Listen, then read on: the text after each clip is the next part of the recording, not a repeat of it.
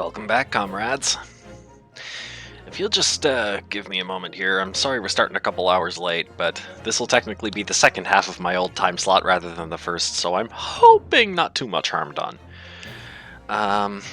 Anyway, I'm looking to get the link out to people.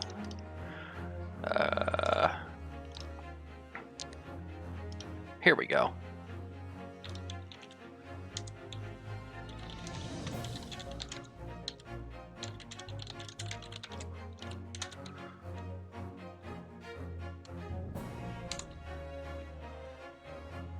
Okay. This was another spot. And then here. And here. And these people like to know about it.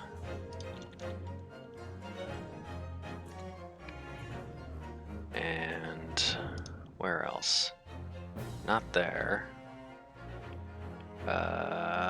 Here? No. Here? Yes.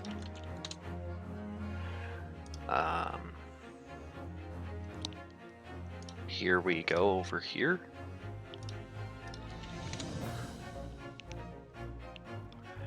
And I think that's it. Oh, no, there's one more spot.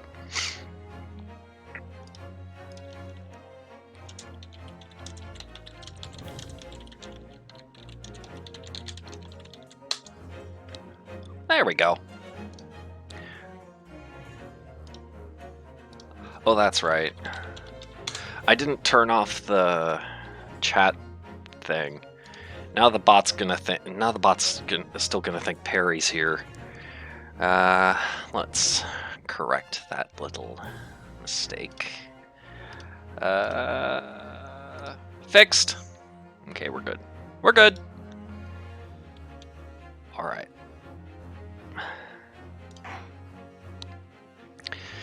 Now, I'm not too worried about people missing this because these streams are always recorded and I put the VODs up on YouTube. But, well, it's nice to have it's still nice to have people watching, yeah. But I'm thinking I'm just gonna get started right away. Is the thing.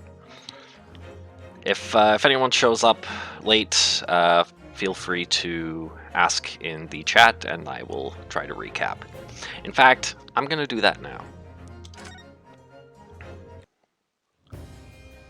Here we are. We finished conversing with this guy. With Van Zeeks. Right, I'm gonna check something. Inspirational. Okay.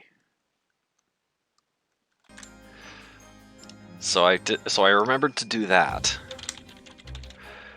Just making sure that again we're not missing any like funny side stuff. Okay. All right.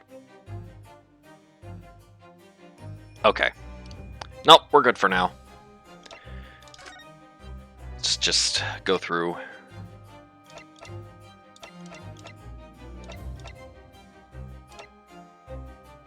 What about here?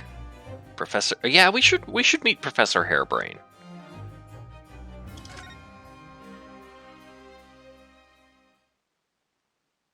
Oh dear. Well, at least he's got something to read, I guess. 22nd October, local prison, cell 11. The warden said cell 11. That's this one. Oh! There's someone curled up in a ball in the back corner! Look! What's his name again? Professor Albert Hairbrain, wasn't it? Excuse me, Professor Hairbrain!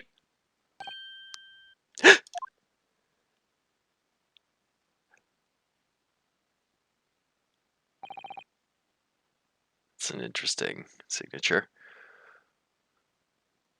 Who are you? I'm Rino. Oh. I'm Ryunosuke Naruhodo. I'm a defense lawyer. A lawyer? A lawyer?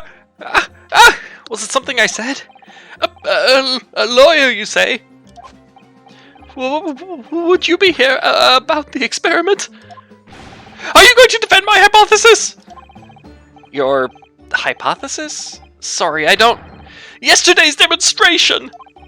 That magnificent demonstration was an out-and-out success by anyone's calculations. But despite that, no one listens. No lawyer believes in the science. When it's explained, they all leave at high velocity. Ah, hello, Captain Red. Thank you for coming. Now's probably not a good time to mention that your zeal made my concentration leave for a while, too. Alright, guess we're gonna be speaking with you about stuff. You mentioned the demonstration yesterday. The papers have called it a spectacular failure. After all, a man died in the explosion, didn't he? Yes, you could interpret the results that way if you really wanted to. Well, I suppose in the strictest sense, the experiment was a failure, but at the same time it was a great success. You've lost me. I saw it with my own eyes, right there in front of me. Mr. Usman was spontaneously disassembled. Until then, everything was going exactly as my calculations had predicted. At that point, he should have been beamed to the Crystal Tower by instantaneous kinesis. However, the machine exploded and Mr. Usman in fact perished? Yes, I can't deny that part of the experiment was a failure. So what you're really saying is the large explosion that killed Mr. Usman was an accident, correct? But the bigwigs had you arrested on suspicion of murder. I was responsible for a man's death. That is the immutable truth here. And for that, I wish to be punished. At once! But... Murder? Never in a million years! It was an accident, simply an accident! I see. Hurley and I were talking this morning, you know. He said the situation would change completely depending on whether it was treated as an accident or murder. How exactly? Well, if it really was an accident, then the professor's machine would be kept in protective custody. On what grounds? Yes, it's newly established here in Britain. The Special Dispensation for Scientific Equipment Act. That one passed me by. But if the case is treated as murder, then they'll say my machine was the murder weapon and they'll be able to pore over it as much as they like. If they examine it in detail, they'll find out how it's made, and then they'll be able to copy my idea! My precious hypothesis will be stolen! The machine must be protected from that at all costs. That's why it's imperative this whole incident is shown to have been an accident in tomorrow's trial. Ah, I see now. You don't want to lose the patent rights. Instantaneous kinesis. So in short, there was a terrible accident at the Great Exhibition Showground yesterday. Yes! Or rather, no, the devil is in the details. Strictly speaking, there was a terrible explosion. Sounds the same to me. You were demonstrating super high voltage instantaneous kinesis, weren't you? How fascinating! Humans, like all matter, are made up of particles that are held together by electrical bonds. Well, why didn't he try beaming something other than a person first? That's my question. As a fellow scientist. So it must be possible using a sufficiently high voltage to break those bonds and beam the particles through space! Yeah, but then how do you get them back together again, in order? That's it in a nutshell, that's my idea, you see?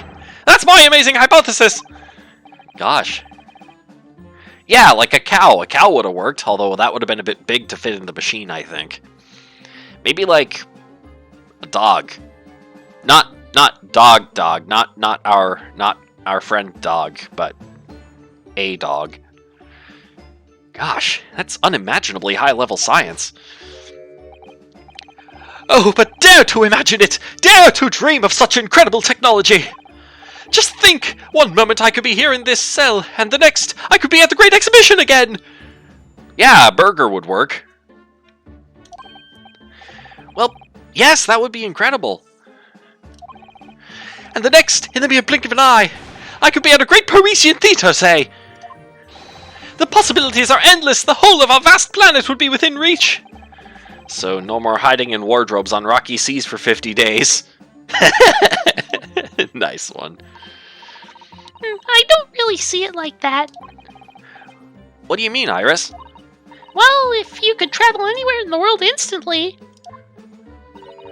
the planet wouldn't really seem vast anymore, would it? I think it would feel like it had shrunk. My word, that's exactly right. What are the implications? What does this mean?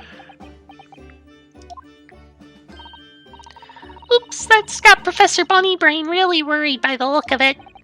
Clearly, this is yet another case of just because you can doesn't mean you should, I suppose. No more sea travel, no more trains. No. The point is, my calculations are flawless. The science works. But without a practical demonstration, it means nothing. And that's always the fly in the ointment. Because practical demonstrations cost a lot of money. Money the young scientists like you don't have. That's exactly it, yes. Hurley's always complaining about it. He says the government should invest more in science. Yes, it should, Iris. Let's go, Iris. Well, anyway, I bumped into him at the right time. I met the well-known investor, Mr. Usman. The victim who died in yesterday's terrible accident, you mean? Alright, let's take a little sidetrack here, talk about the Reaper's varsity years. I understand Lord Van Zeeks is a friend of yours from your university days? Yes, that's right. He was studying law whilst I was studying science. Yes, science and not politics. Yeah, that's one place they could take the money from. I have a few different ideas based on which government we're talking about, but yeah, that's a start. That's a start, Captain Red. That's a start. I won't deny the comrade his voice. Yes, okay, we said that. What was he like back then? A good question. Unassuming, gentlemanly, and all-around nice fellow, really. Sorry, I think you misheard me. I'm talking about the cold-hearted, merciless prosecutor, Barack Van Zeeks. What was he like when he was at university? What was he like when he was at university? Talk about a leading question, Bruno. As I said, an unassuming and extremely pleasant gentleman. After all, he is the little darling of the Van Zeeks family with all its great aristocratic origins. I didn't realize he had quite such noble blood. Well, he sure carries himself like it. Little darling? It was a bit of a shock when I came back to Britain and learned what he'd become. The Reaper of the Bailey, no less. Yes, that's right. I did hear, though, that there was a very big event in his life that completely changed him after graduation. Was it the betrayal by the Japanese person?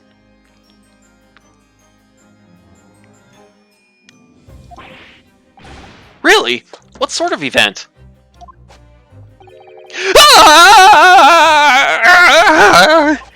I'm sorry, but I don't know anymore.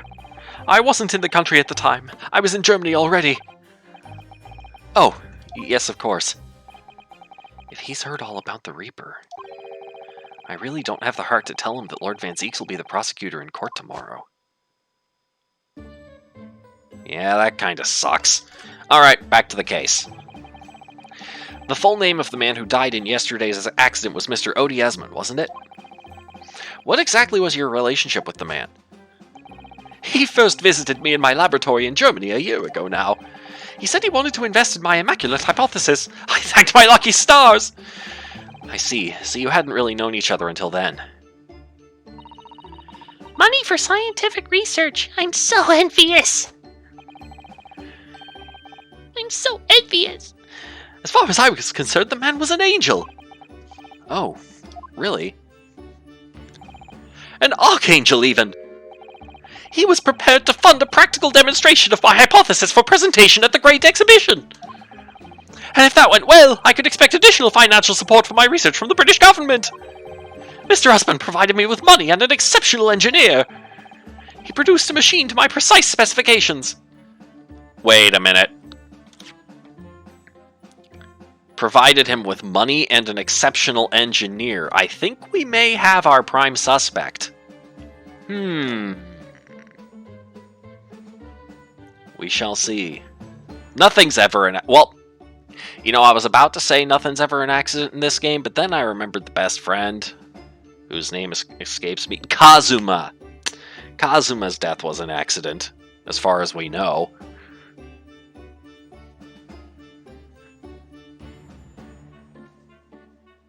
He produced a machine to my precise specifications.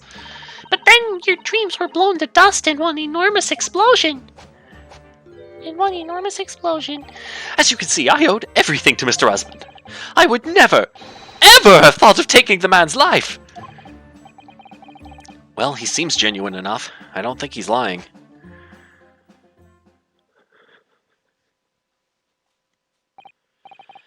So, Professor, let me just make absolutely sure I've understood you properly. The huge explosion that occurred yesterday, that was an accident, you're saying? You had no intent to harm the victim, who was in fact the sole investor in your work. Is that correct? As correct as 2 squared is 4! I swear it! Yes, it's true that the man perished in a machine of my invention, so I know that I'm far from blameless in all this, but still! I would never use my discoveries, my inventions, to take a person's life, not in a centillion years! I'm a man of science, it's all I know! You have to believe me, please! Do you believe me? Do you believe in my hypothesis? Science is the pursuit of truth, you know. I've always believed that, all my life. I'm afraid I don't know much about science, or your theories. But I do believe you. And I will fight to prove your innocence with all my might. I'm a man of the law. It's all I know. You have to believe me, please.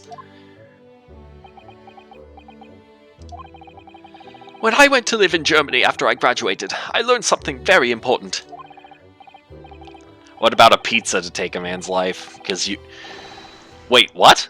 You made a pizza to take a man's life? Okay. You can't just say something like that and then not tell us the story there, Red. Go on. You have the podium. Nationality, class, lineage, none of that matters. As long as you try your hardest, you can achieve anything. Well, in an ideal world. Thank you for that, Professor. And thank you in advance for defending me tomorrow in court. All right, Bruno, it's time. Time to visit the Great Exhibition. Sorry? Sorry? Well, that's where the incident happened, isn't it? Yes, I suppose that's true. Time to investigate at last.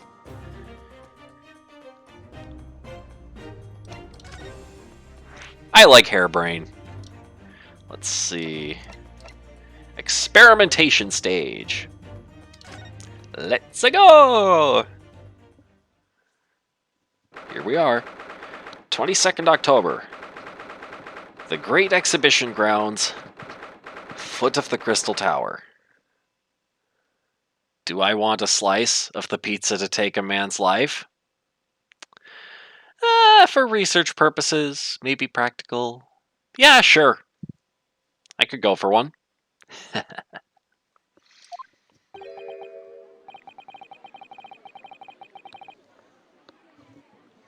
The showgrounds are a little too big for my liking. We've been walking around in dense crowds for 2 hours now, and I felt myself swooning 3 times. There are a lot of people, aren't there? I've almost been trodden on 3 times, too. Be careful, won't you, Iris? Don't let go of my hand. We finally made it through the throngs, though, by the look of it. Here we are underneath the public experimentation stage where the explosion happened yesterday.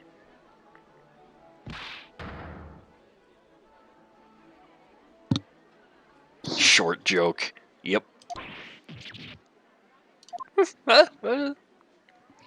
that coming from? What's that? I can hear voices from up on the stage. It sounds like an argument.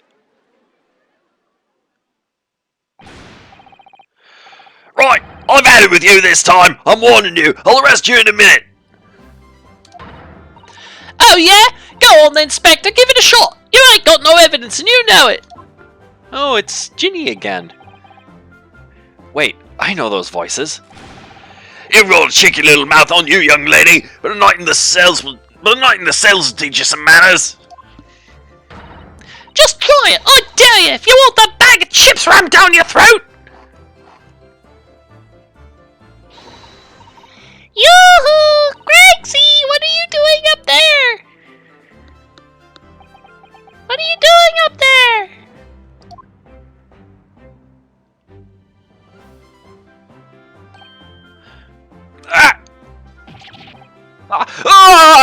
It's you! Here, you're here! Here you are! You! Here, your ladyship! How are you, your ladyship? I do hope you're well, your ladyship. Does that make her 3 times a lady? I'm not well at all. It's far too busy everywhere. I wanted to ride in a balloon, but there was a 3-hour queue. Unbelievable! I'll go and have a word for you at once, your ladyship. You'll be flying as high as a kite in no time while to pull some strings for you. 5 times? Maybe. Tobias Gregson, an inspector at Scotland Yard. Until recently, he was suspended from duty, but it would appear he's back in action now. He's actually quite well known, appearing as he does in The Adventures of Herlock Sholmes. And for that reason, he can't say a word wrong to the story's author, Iris. But there are limits, surely. Or There should be. Watch it, sunshine! Sorry. What gives then? Don't tell me you're on this case. Don't tell me you're on this case. Yes, I'm acting for the defense. So we're here to investigate. Dear me, that's the situation, is it? That's the situation, is it? Is it really that troubling? A measly I'm guessing this is Gina. A measly 5 bob. Is that all you got? You're a lawyer, ain't you? You could stand to carry a bit more copper around in your pockets, Mr. Norado. What? Hey, that's my last bit of spending money, that is! For her neutral special, she wields a gun. Yep, a smoke gun. You can have it back, but I'll have to charge you for all the bother. 3 bob. This is Gina Lestrade, a pickpocket, or diver, born and bred in the East End of London. In the case that led to my own suspension 6 months ago. This is the young girl I was defending in court. Okay, so it was that case. What's your problem, eh, Aldo? Diver? Pickpocket? What's with all the name calling? You want a bag of chips run down your throat and all, do you? I thought you were proud to be a diver, Gina. You were just arguing with Inspector Gregson about it, weren't you? I assumed you'd been up to your usual tricks here at the showground. So he's actually saying these profiling things out loud. Wow, okay, buddy. I assumed you'd been up to your usual tricks here at the showground. That ain't no way to talk to a lady, Otto. I've been here a long time. People can change. I'm an apprentice now, learning to be a Scotland Yard detective. So you'll have to call me what everyone else does. It's Inspector Lestrade now. Heyo! There it is.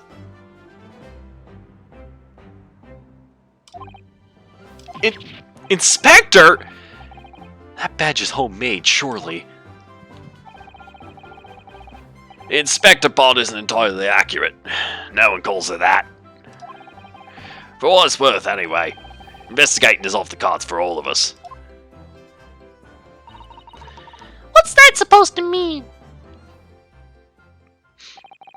Right, well, I'll be back up top. You're the fault down here, alright? Right, sir. This raises a lot of questions.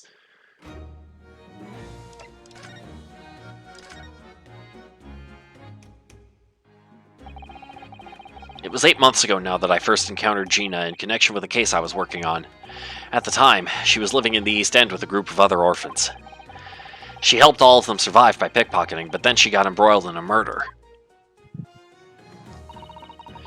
I had a lot of time to think in prison. I realised I couldn't go on like I was, because I even weren't working out. Oh, I'm so pleased to hear it, Ginny. Well done!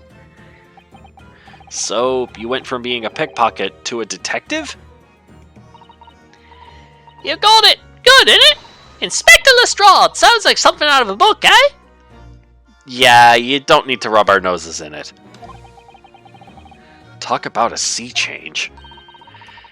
And then there's Iris's old man to think about. Iris' father, you mean? Yeah, I promised her, didn't I? I said I'd get all the police forces around the world to pull out all the stops looking for him. Just a small promise, then. Nothing serious. Oh, Ginny, you're so sweet. So anyway, that's how come I had to go at the test for Scotland Yard. The only trouble is, I don't read so well, do I? Just a small problem. Nothing serious. And that's when Hurley approached Gregsy and asked for help. So the inspector said he'd take full responsibility for Ginny and made her a sort of apprentice. That was very magnanimous of Inspector Gregson. And brave. Well, you know Hurley. He enjoys finding ways to make people do what he wants. The great detective likes digging for dirt, in other words. So the long and short of it is, if you got questions about the case, you can ask Inspector Lestrade. Right then, Inspector. Actually, there's still a big mystery surrounding Gina, isn't there? Ooh, what, Bruno, what? Well, 6 months ago, Gina was the defendant in a trial prosecuted by the Reaper. A trial in which she was found not guilty, and yet here she is still. Come on, you're not still on about that, are you? Legend of the Reaper, whatever it's called. Come on, you don't have worry, Otto. If I didn't half worry, there probably wouldn't be a whole lot of you left. It's like I told you before, ain't it? The Reaper's kinda like him upstairs, so he knows what I'm like on the inside. That I ain't really done nothing wrong. Nothing wrong might be stretching a point. What about Mr. Natsume in Japan? He's perfectly fine, isn't he? Well, that's true. Perhaps the Reaper is more discerning than I thought. Exactly, so I ain't worried. I'm totally fine.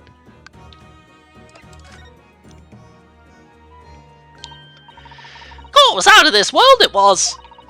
The brainy bloke pulled a bunch of levers on his machine and suddenly it started billowing smoke. Then it just went pop! I ain't seen a better experiment here yet. Sorry? You mean you saw it, Ginny? With your own eyes? Yeah, of course. The boss is in charge here, ain't he? Keeping everything running smooth, I mean. The boss being Inspector Gregson, I suppose? That's gonna take some getting used to. So all I have to say is that I'm on duty and I can do whatever I want to. Get this! I was up in one of them flying balloons when it happened, watching it from above. No, you're so lucky, Ginny. Maybe I should join Scotland Yard too. You don't believe her? Like, she said a lot of different things. What part do you not believe? All of it? The part about her innocence? The part about her being an apprentice? What? You're gonna have to be more specific. Yeah, do it! You know how to put the boss in his place already, right, Iris? You'd have no trouble at all. Okay, that is entirely fair. Red. Then it's settled. When do I start? No, you can't join Scotland Yard, Iris. We'll see. Anyway, what I don't understand is this. If the machine exploded so spectacularly, how can Professor Bunnybrain still be claiming that his experiment was a success? Oh, right. Well, it was a success in a way. It was? How can it have been? Let's ask about that. Surely after the whole machine blew up, no one could call the experiment a success.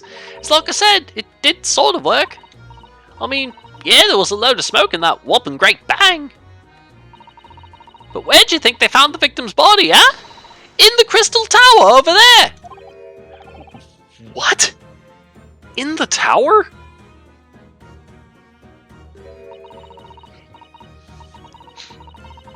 You can see for yourself, can't you? Up there above the scaffold. Oh, where all the glass is broken, you mean? Yeah, the cage what the victim got in to start with. Really did get beamed through the air or whatever and landed all the way over there. Wouldn't it just have been physically shot over there by the explosion? So, you see, it did kind of work, didn't it? What? I don't believe it. I mean, I don't get the ins and outs of it, but anything's possible, right? With science. Oh, I'll tell you what, you can have this. It's a plan of the experiment they drew up at the yard. Are you sure? Yeah, go on. I had 3 bob off you before, so fair's fair. Yes, I didn't actually give that to you. Did I? The sketch of the experiment has been entered into the court record. Neat. Let's check the court record, and let's examine this. Okay. So it was meant to be beamed up there. This picture, this is going to be relevant at some point, but I'm not sure how yet. Need more details. About the investigation. Something Inspector Gregson said before seemed a little strange. For what it's worth, anyway, investigating's off the cards for all of us.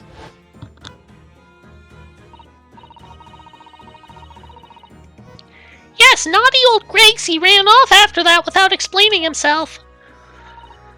Oh, right, that. The boss said no one's allowed to investigate that weird machine what blew up yesterday. Well, that's not fair. We're representing the defendant. In that case, could you at least tell us what you've learned from your investigations? No, you're not getting it. We ain't allowed to investigate neither. Why? What did the boss call them again? The forensic investigation team, I think. Anyway, apart from them lot, no one's allowed to lay a finger on the scene. Bit funny, isn't it? So even Scotland Yard's own detectives can't investigate. Yes, I've never heard something like that before. I thought I could have a gander on the quiet though, but the boss caught me at it. You probably heard him giving me an earful about it before from down here, didn't you? It's not bleeding fair! I think you were giving him as much of an earful back as I remember it. Yeah, well, sometimes I think it's all them chips what make him so stubborn. You say something to him, Otto. Go on, see if you can get through to him. He's up on the platform above us, is he? Where the machine that exploded is. We can try, can't we, Renault? Gracie will listen to us. Well, he'll listen to Iris. Alright. Wait a minute. What's that? It looks as though somebody dropped something behind the tree just here. Dropped or hid? What is this? Some part of the machine that exploded? Maybe. It could have fallen from the platform above in the blast, perhaps. What's going on here? Oh, nothing. I think I'll hang on to this just in case. The mysterious contraption has been entered into the court record. A very curious device found behind a tree under the experimentation stage of the exhibition grounds, almost as if it had been hidden there deliberately. Okay. Well, I can look up.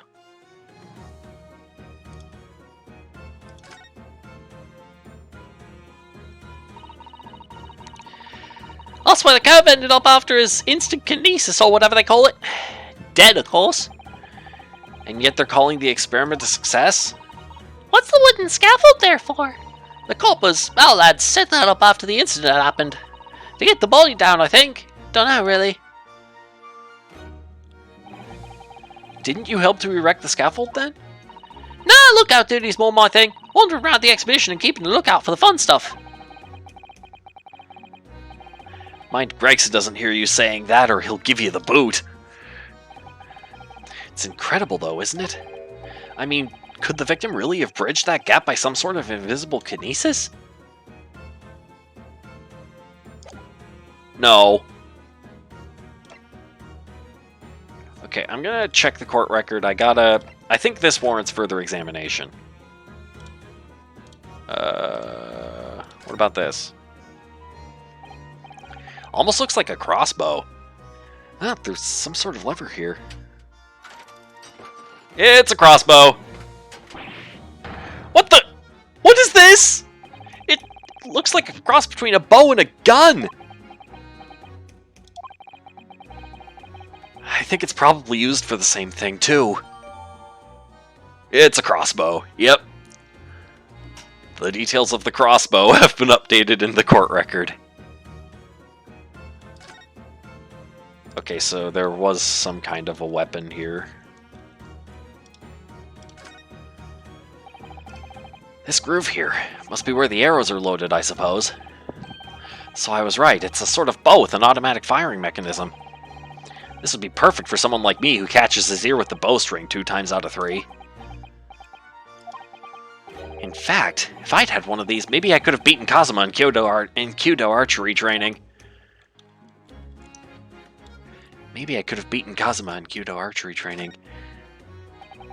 It looks like you wind this around in order to draw the bowstring back and create tension. You must be able to fire arrows with a huge amount of force using this device then. In fact, I would imagine it's far more accurate and powerful than a Japanese longbow. Ugh, I really had no idea what I was picking up when I spotted this at the exhibition grounds. Yep, it's a crossbow. Neat. Alright, we gotta move to the platform, I think. Okay, it looks like... Hang on, let me examine. These stairs obviously lead to the stage above. We should go up there and investigate the exact spot where the experiment was being conducted. Ah, that's how we go up. Yes, we now have a weapon. 22nd October. The Great Exhibition Grounds experimentation stage. So that's it, is it? The machine that blew up. Oh, it must have been a magnificent explosion, and I've seen my fair share. You've seen things like this before, you mean? Of course, Hurley's always doing experiments that end in a bang. In fact, in his own words, explosions are the very essence of chemistry. That might explain the smell of burning that frequently comes wafting up the stairs. One time he made something that exploded with such force it took the roof off the building. I wish you'd been there to see it, Runo. It's hard to get too excited about that, given that I now live in the roof. Well, anyway, that's enough about that. It's time to investigate. Oh, look, Inspector Gregson is over there. He seems to be deep in thought about something, whilst eyeing up the machine carefully. Really? He just looks confused to me.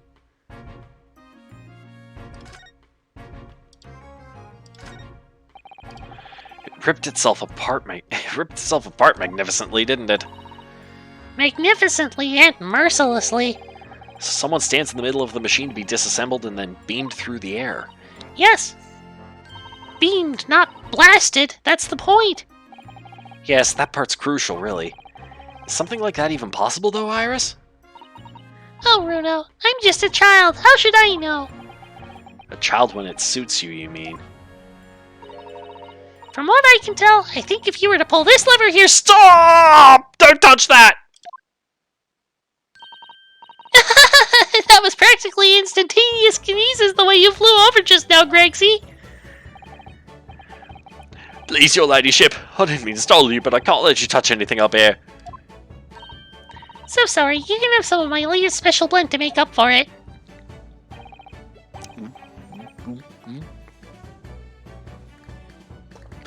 Ah, wonderful. This stuff really is wonderful. It's just like old times, this is.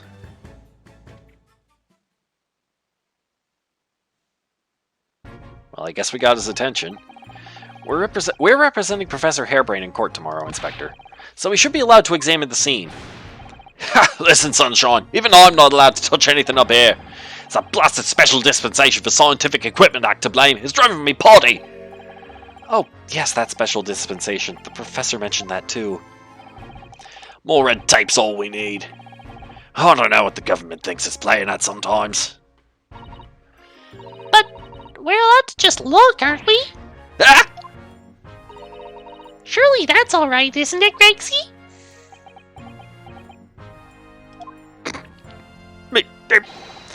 Of course, your ladyship. Anything you say, your ladyship. But please don't get your dainty hands dirty, will you? What's in that cup? Iris bathwater. Ugh! Don't even go there, dude. Iris is, what, 10? Don't worry, we wouldn't dream of touching anything, would we, Bruno? She really knows how to get what she wants.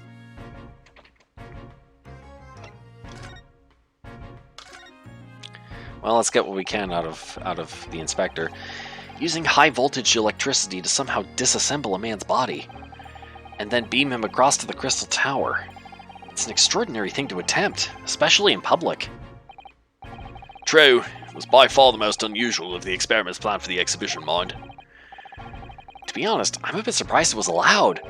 Carrying out something so dangerous with so many spectators present, I mean. Government's doing everything it can to promote new science technology at the moment. They're more worried about being ahead of the game than the odd spot of public safety infringements. If they can be the first to develop some new technology, it makes Britain more powerful in the future, you see. Yes, I suppose that's true in a way. So the powers that be are placing a heavy emphasis on scientists' rights at the moment. What sort of rights? They're making it so that any theories the brains have remain their legal property, as it were. Right through developing it into a practical idea and even going into production. Which is the infuriating reason us coppers aren't allowed to touch this crime scene. Because the new highfalutin Special Dispensation for Scientific Equipment Act forbids it. Ah, I see now. The only people with permission to investigate here are from some brand new department at the Yard. The Forensic Investigation Team, it's called. We've been relegated to keeping guard. As the US makes bombs to destroy Japan and Germany. Yep. Well, mainly Japan. Germany they didn't Germany didn't get nuked. Germany was just invaded and then Hitler killed Hitler. The Forensic Investigation Team. Any old fool can see that this heap of scrap metal was a sham to begin with. Just because it says scientific equipment on the paperwork, we can't do a flaming thing with it. Poor Gregsy, he's very head up, isn't he? Special dispensation. Remind me again, what's this new legal act that means we're not allowed to touch the scene here? Oh, you haven't me at it, sunshine. It's the Special Dispensation for Scientific Equipment Act. Yes, I think Hurley mentioned that recently, with a real twinkle in his eye, as I remember. I'm sure he did, your ladyship, I'm sure he did. Passed especially for this great exhibition it was.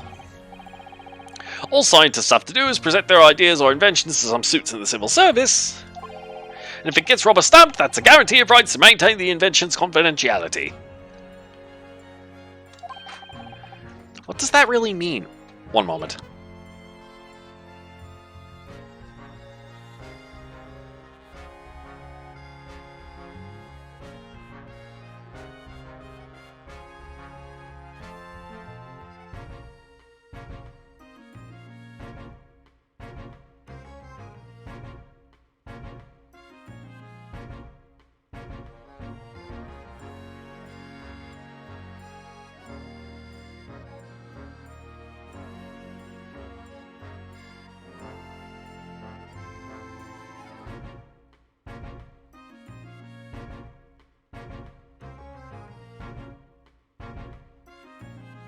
There we go.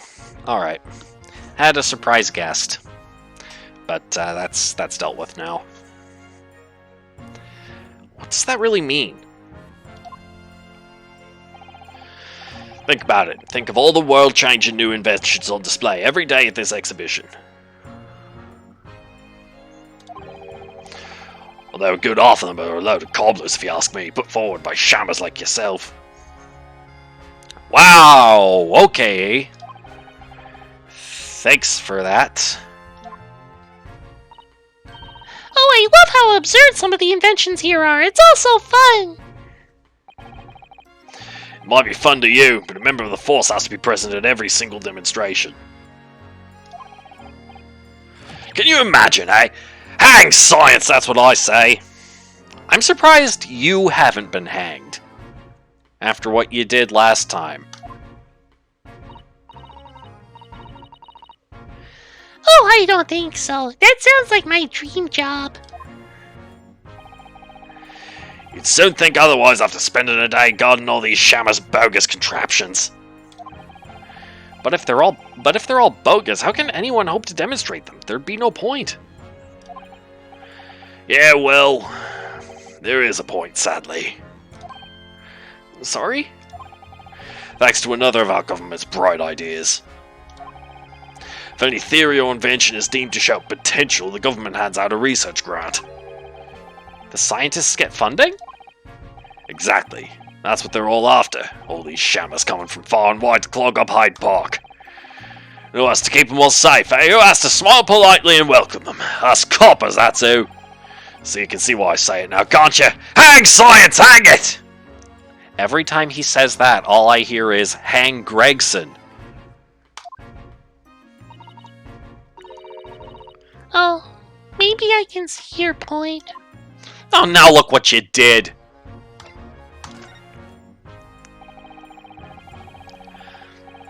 Is this guy capable of any new lows, do you think? Because I'm not sure. Apparently Professor Hairbrain lives and works in Germany now, conducting his research. That's right. Came back to Britain especially for the Great Exhibition, as I understand it. Probably after one of the government's research grants. Actually, we learned something else about the professor earlier today, about his time in further education. It turns out he was at university with someone we both know, Lord Van Zeeks. Ah! What's that? That's news to me! But if Van Zeeks man's the prosecution, then as the accused, the professor's fate is... sealed? Because the Reaper will get him one way or another. Blimey, that man's beyond me. I don't know what goes on in that head of his. Talking of Van Zeeks, this morning's paper ran the story of him being attacked. Read that? Ah, hello, Fire! I might be here now. I don't know, you have internet now, but it's still awful and stuttering a ton watching at 160p. I'm sorry, Fire. I'll be as clear as I can with these voices so that you can follow what's going on. To recap what you've missed, it turns out that according to Professor Hairbrain, Van Zeeks was a much nicer and more unassuming individual before a particular incident shortly after his graduation. I presume that this is the same incident where he was betrayed by some Japanese person that drove his racism to level 100. Also, Hairbrain believes that he deserves to be punished for the death of Mr. Odiesman here, but he insists that the death be found an accident because if it is determined to be an intentional murder, then the cops are going to get to take his machine apart, figure out how it works, and he loses his chance at a patent. If it's found an accident, then they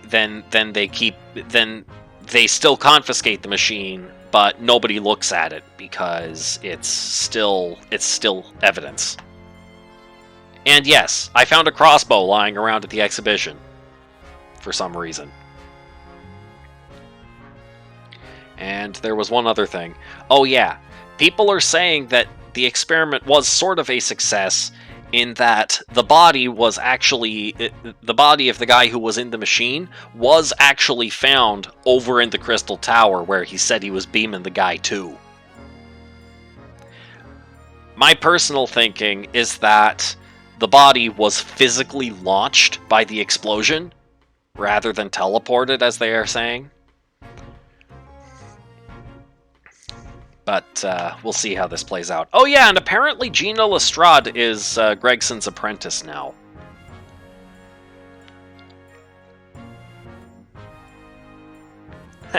Thank you, Fire.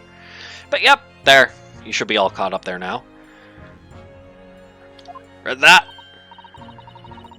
Oh yes, but Mr. Reaper is completely fine. Nothing to worry about. No ammo yet, Fire. We figured out how it works, but we don't have anything to fire out of it yet. Yes, right. Glad to hear it. Still, the Reaper, huh? How long's that business gonna keep up, I wonder? The mystery of the Reaper. Oh yeah, and Gregson hates science, so I hate Gregson. Even more than I did before. He says, hang science! I say, hang Gregson!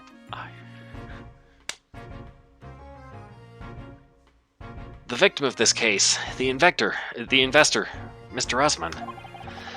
He was another of the Reaper's victims, or so I heard.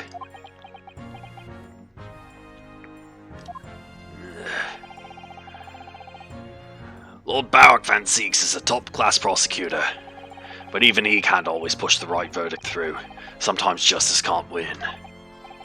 Yes, I've heard about jurors being bribed and evidence being falsified. And that's how the notion of the Reaper of the Bailey came about, isn't it? Obviously, Scotland Yard suspected Van Zeeks initially. We all assumed he was taking matters into his own hands if he failed to seal the deal in court. You'll say you've been with your parents, they got a new puppy, another Pomeranian, Ember called him Bailey. Aww. Don't let the Reaper near it.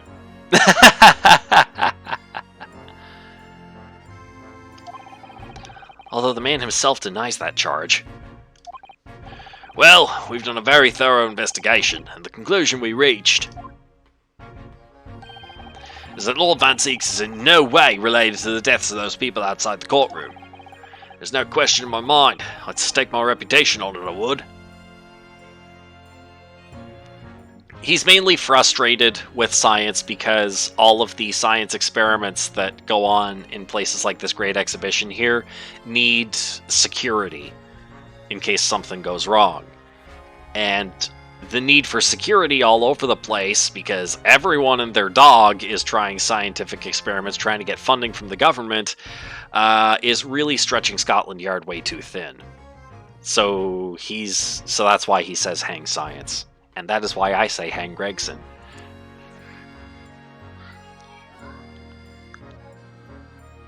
There's no question in my mind. I'd stake my reputation on it, I would. You will personally set fire to Reaper Man if he dares. Good. That's what I like to hear. But if that's true, then how do you explain it? All those defendants couldn't just have coincidentally died if nobody killed them. We know one of them was killed by, this is 6 or 8 months, I think, after they discovered that one of the deaths was the responsibility of Ashley Graydon. That was his name. We found him to be the culprit for that death, but what about all the rest? I know that, but I can't explain it. It's a mystery after all, isn't it? That's the whole point of the Reaper. Professor Hairbrain mentioned something else. You guess that's more fair, still a bit ripped, but it's not outright science denial. It's everyone trying to be a scientist, meaning that he has way more work to do than he feels like he should. He said that at university, Lord Van Zeeks was a totally different person, easygoing and kind. You what? You what? He said that it was after they both graduated that something happened to change the man. Do you have any idea what it was? Yep, the exact machine behind them. Oh, that's what you're saying. You're saying this machine killed everybody. Maybe. Do you have any idea what it was? No clue. Really? Look, I've got my hands full watching over this frustrating crime scene. Murder machine.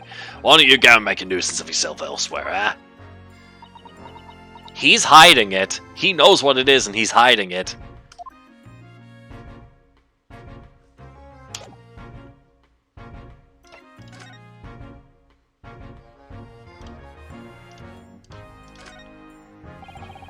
Considering how badly damaged everything is, Professor Hairbrain was lucky to escape unscathed, I'd say. We should have a good look around the machine while we can, I think. Touch anything and I'll make sure I kill you before I get strung up myself, yeah? Killer contraption, die device. Yep. I won't touch a thing, I promise, so please spare a thought for your digestion! Anyway, do you really think this machine could actually disassemble people like the professor claims? He asks, looking totally incredulous. Give it a rest, sunshine. If we were allowed to examine all this bleeding scrap metal, maybe we could answer that question. But we can't, can we? Because of the annoying rules, you mean? Exactly, the annoying obstructive flaming rules. Oh, look at the base of the machine there. Oh yes, there's a tool of some kind poking through the wire mesh. It's a screwdriver, I think. Oh, isn't it a lovely one? The handle is in the shape of a capital letter A. It is? Oh yes, you're right. What's the matter with you? Don't touch anything, I said. Don't touch anything, I'll make sure I'll kill you before I get strung up myself, I said. Yes, I understand. Sorry. I only touched it a teeny weeny bit. But Grexy, I'm very curious about this screwdriver. Really very, very curious.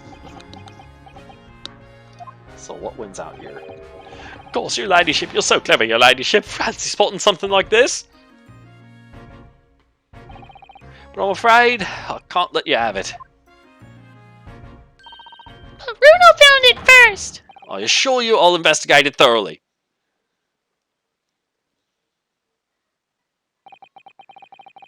He's gone off with it. That was very mean. I'm afraid Inspector Gregson is going to make a very clumsy and embarrassing mistake in next month's installment now. Poor Gregsy. Oh dear. Yep, Gregson's career is over. What is that gigantic thing over there? It looks like an enormous water wheel. Oh, that's a Ferris wheel. There'll be people riding inside those little cabins you can see. Why? Well, they rotate nice and slowly, so it's a wonderful way to see the surrounding scenery. Wait, it's turning? But it looks completely still.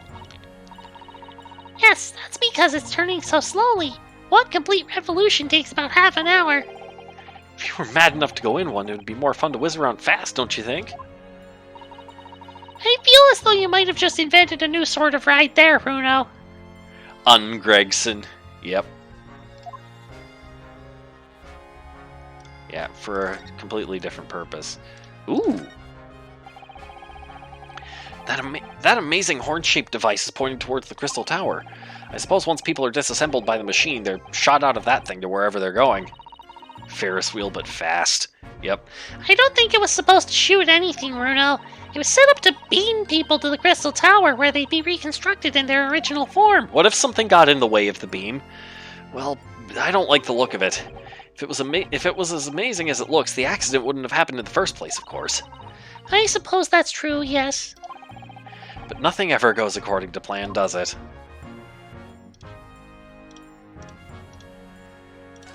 Balloons.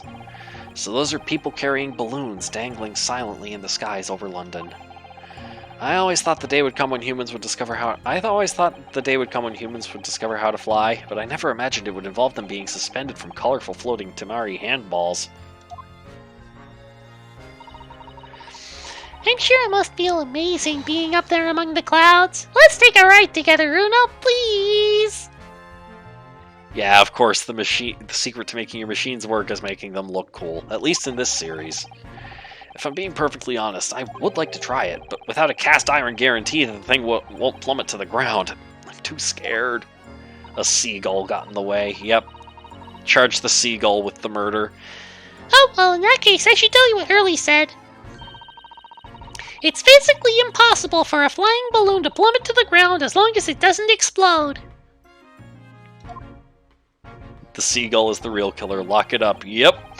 Yes, call me crazy, but I think that exploding part might play on my mind a little.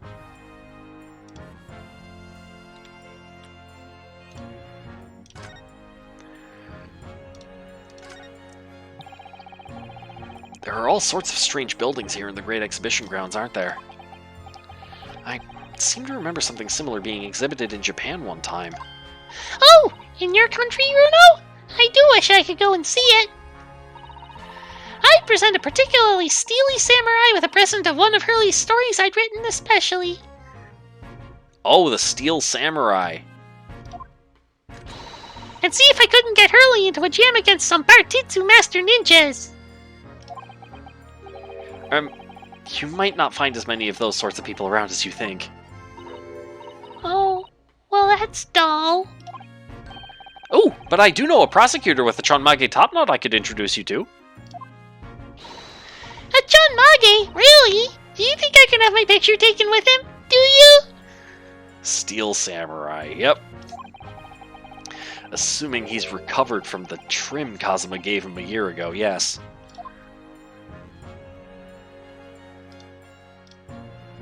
Chonmage top knot. I don't think there's anything else here. Let's move. Oh.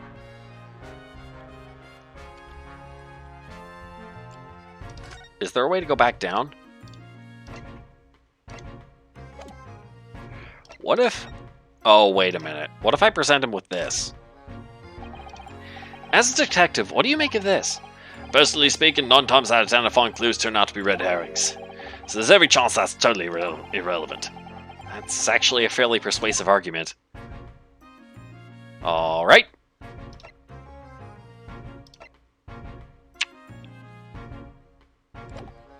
Okay. How do I go back down the stairs?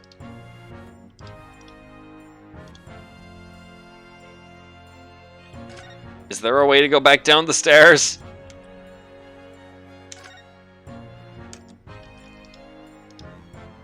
I want to go back down.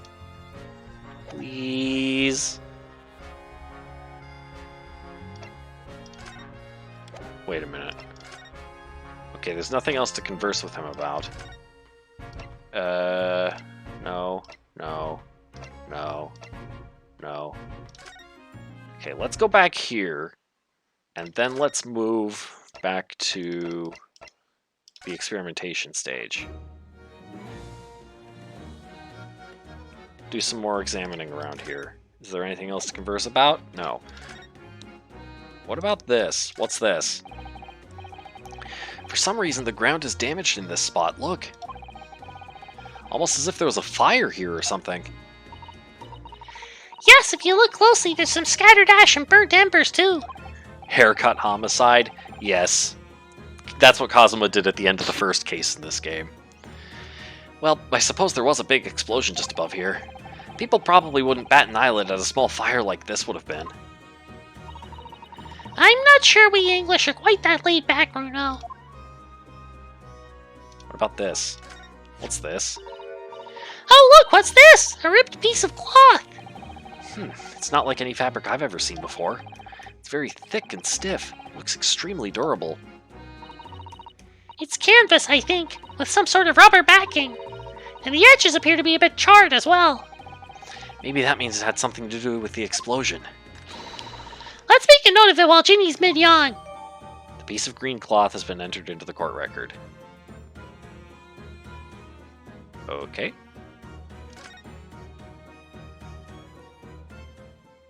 Ah, that's what we were missing. Bruno, listen! What? What is it? I've been thinking. Hurley might know something, mightn't he? About what? About Mr. Reaper. About what happened to Lord Van Zeeks, you mean? Because it sounds like something very significant occurred after he graduated from university.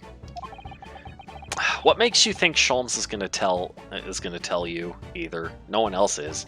Something that completely changed his life. Maybe, but I have no idea where to find Mr. Sholmes at the moment. He's in the middle of some big case, isn't he? Here, this is what you need. What's this? Some kind of entrance ticket? Madame Tuspells. Is this supposed to mean something to me? You don't know it? It's the most popular attraction in London at the moment. It's very close to Baker Street, actually. We could go now if you like. No, we don't have time for visiting attractions today, Iris. We have a big trial tomorrow. But that's where Hurley is. What? At this popular London attraction? Yes! How is it that you know where he is?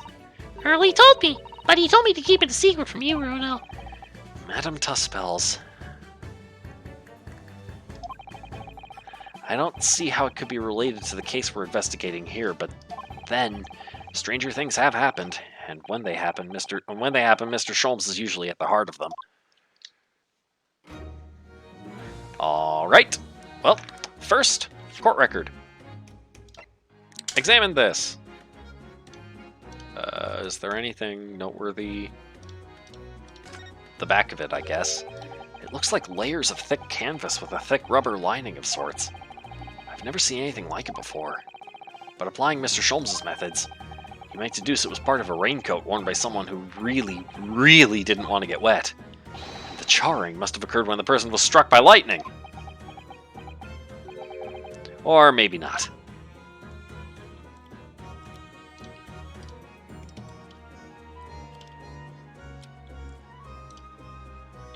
Alright, nothing to see on that, I guess.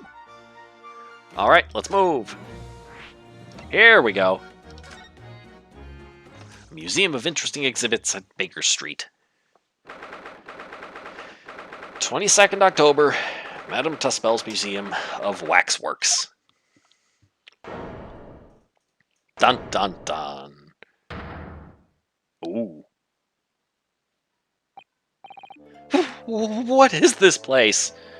Perhaps a balloon exploded? Oh.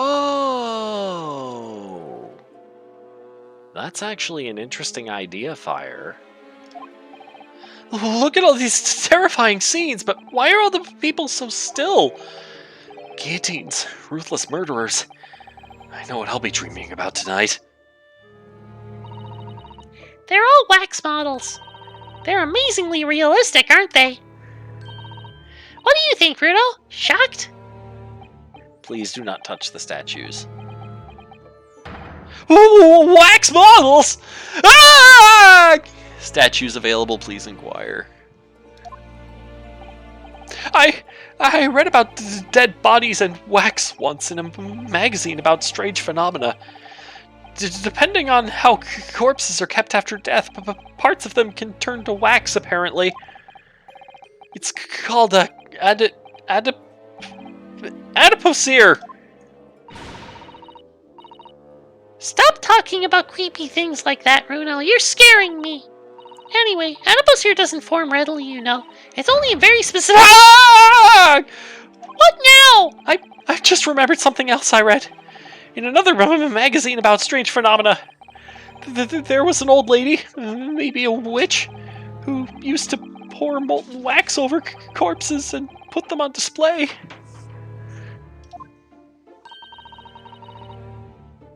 None of the exhibits in here are real.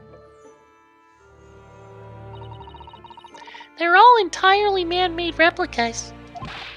They can't be! Do you really expect me to believe that? Just look at them! Oh!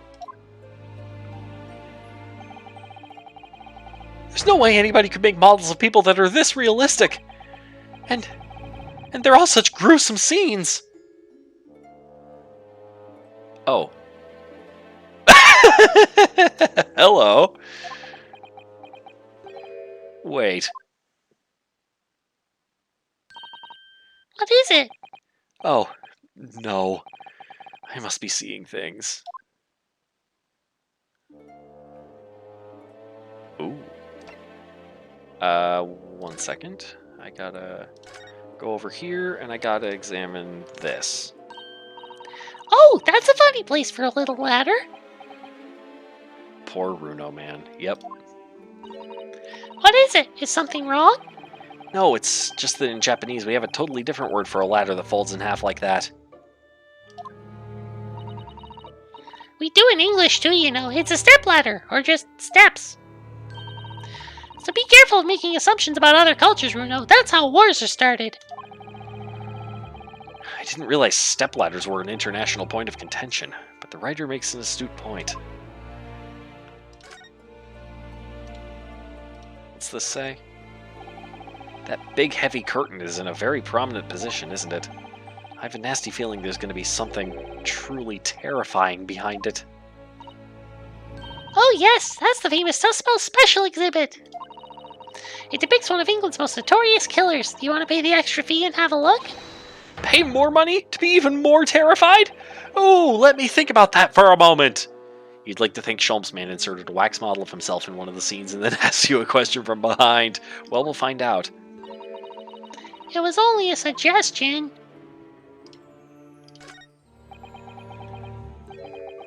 Is this an arm? It looks like an arm, doesn't it? Maybe one of the waxwork models has fallen over. You don't think it could be the work of one of the mass murderers in here, do you? Bruno, stop scaring me! Is it a wax arm or a real one? Come on, you're always pointing that finger of yours in court. Poke that arm now and see how it feels. Objection! Alright, we know we gotta do this. It's... the great detective, Mr. Herlock Sholmes! He just turns to face right at us. Mr. Sholmes has his own wax statue in here? Really? Well, he is world famous after all. It's an uncanny resemblance, isn't it? Makes my skin crawl to look at it. I know. But look, Bruno, you can kick this Hurley and he doesn't move a muscle.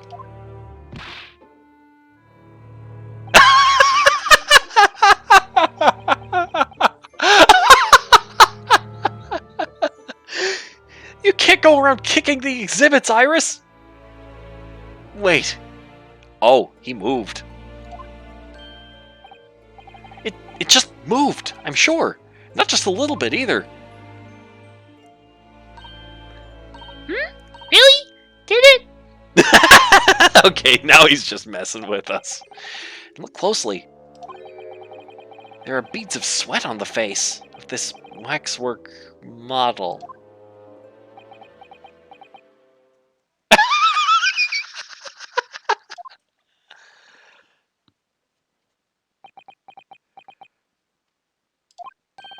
Shall we move on, Iris? Over there, look, there's a great murder scene to enjoy, much more appealing.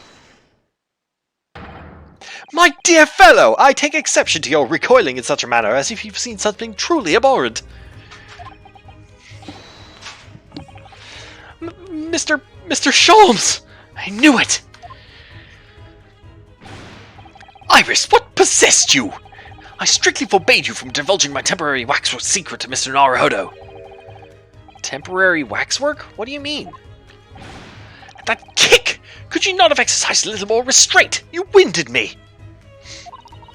But Bruno has something he needs to ask you.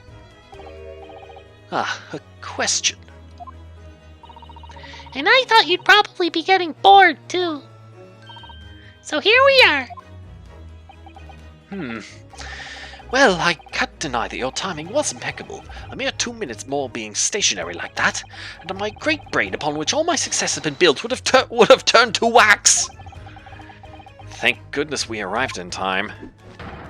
Indeed, in many ways, the pair of you just saved the world from an unimaginable loss. Oh, Hurley, you do like to talk nonsense, don't you? He could know something, it's true, about Lord Van Zeeks and what happened in the past to change him. Now that you're here, let's take our time. How can I be of assistance? For your luck, I'm suddenly quite taken with the idea of conversing. Oh, well, actually, I'm in quite a hurry. If my eyes don't deceive me, I believe something is afoot within the walls of this very museum, a most fascinating case if I'm not mistaken. Really? Moreover, I have a strong suspicion that it is related to the matter about which you've come to me now. But how could it be? We shall speak again presently, my dear fellow. But for now, I must return to my work. What, back to being a temporary waxwork exhibit?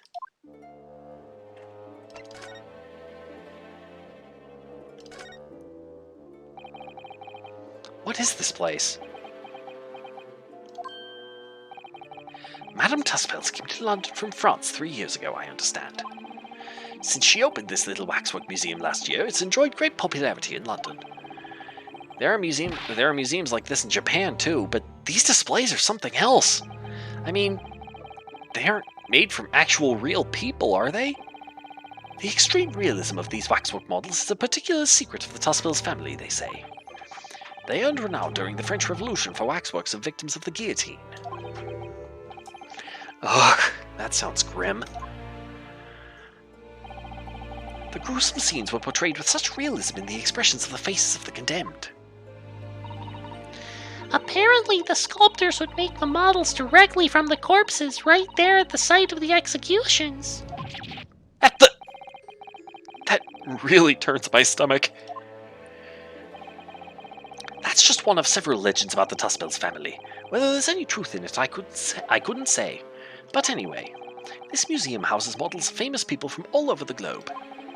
Nevertheless, the most popular area of the museum by quite some margin is this House of Horrors. House of Horrors? Of course, visitor numbers are dwindling now as a result of the Great Exhibition.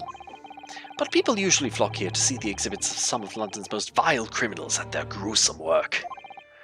Naturally, most of the miscreants portrayed here were sent to the gallows. So they're even stiffer now than the models of them. Have you heard of poor taste? My dear fellow, the public live for poor taste. They yearn to be shocked. Well, he's not wrong. I know a certain someone who would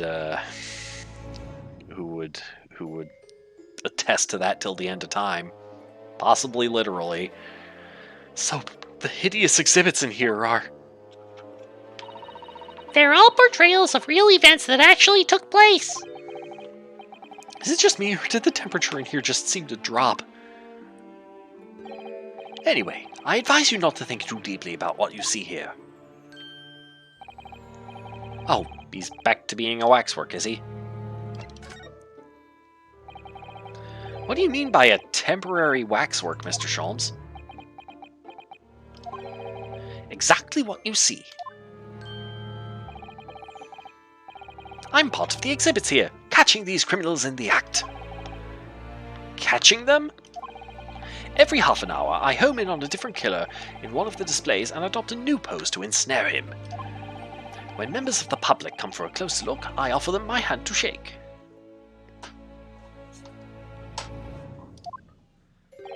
For a shilling, I'll happily allow them to take a photograph with us. Us? Does he mean him and the waxwork murderers in here? But why, Mr. Sholmes? My dear fellow, isn't it obvious? For the money! For the money! He really roared at me there. Very fitting for the House of Horrors.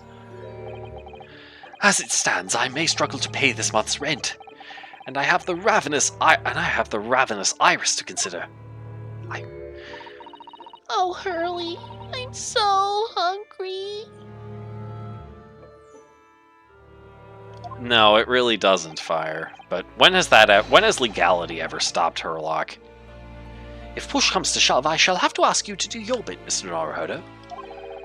What's he threatening to rope me into now? So, with that in mind, how about a photograph? As a special treat, you may have your pick of the murderers and scoundrels in here. The choice is yours. Maybe some other time.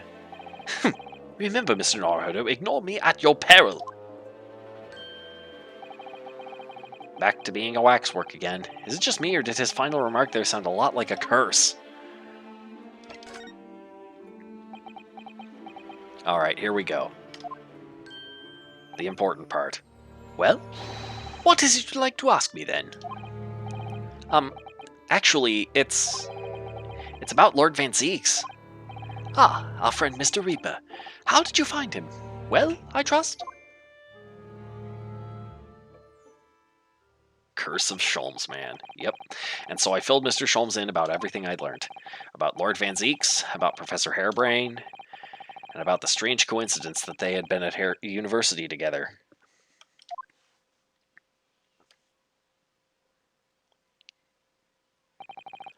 So I'm wondering what it was that happened to make Lord Van Zeek such a different person.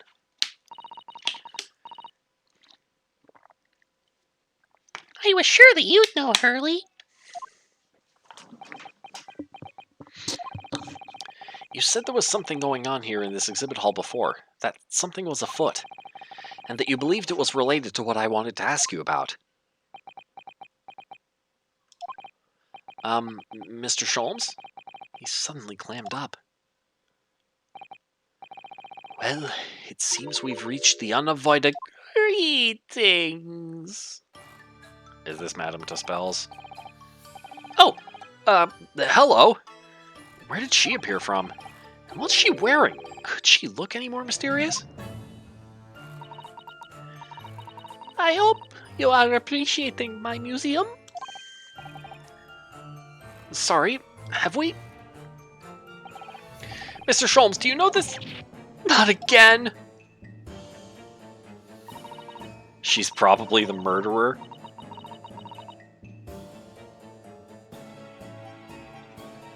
My apologies. I am Esmeralda Tuspels. This is my museum of waxwork. What? You're the Madame Tuspels? Bien sûr. Though only 26 years younger, my dad. Is that significant somehow? I'm a madame in name only. It has a certain je ne sais quoi. Right. Firstly, I must apologize for my waxworks, or rather, one waxwork in particular. That'll be Mr. Sholmes then. I was led to believe he was a great detective, but he seems unable to settle. Next time you move from your designated exhibit, there will be toil and trouble. Nice.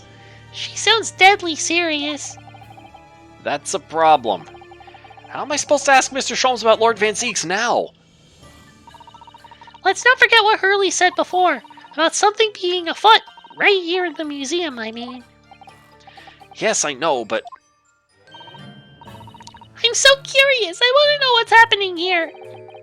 Haven't we got enough on our plate already?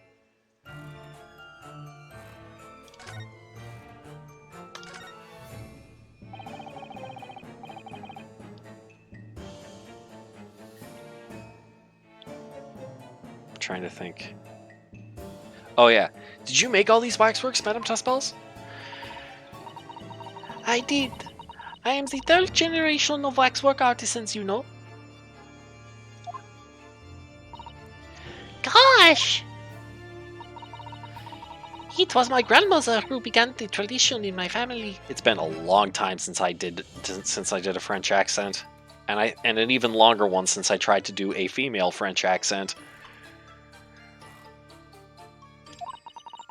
Their fortunes were checkered, living through the turbulent times of the French Revolution. French Revolution, as she did. So that is when she acquired the savoir-faire that leads to the astonishing life like this. Where's Gale Tornado in this game? Gale Tornado was in the previous game. Spirit of Justice, I think. I haven't played that one. All these waxworks really do look as though they're alive. But you know, I could stream that one, I think. If there's demand for it, I could do that one next. I'll ask the Discord, which you should join so that you can participate in that vote. In fact, they look more alive than Hurley.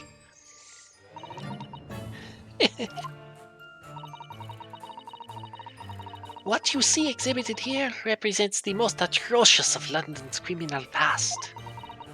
All the waxworks were created in the presence of the real people on which they are modelled. in the hours immediately following their executions. That is the secret to the extraordinary lifelikeliness. That sounds terrifying. All walks of life have similar challenges, I'm sure. To carry out one's trade par excellence, one must go to extraordinary lengths. My exhibits are a reflection of society. I create only that which the public wishes to see. Why couldn't the public have wished for something less horrifying? Do not fear. Sorry? This room is the only one in the museum with such a macabre theme. I do hope you'll explore. There are models of famous singers, actors, politicians. Something for every taste, I hope. I hope. It was Iris who dragged me straight in here, come to think of it. Sorry, perhaps I should have eased you into things.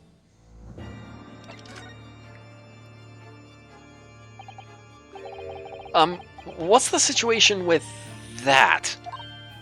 Ah, my temporary waxwork model?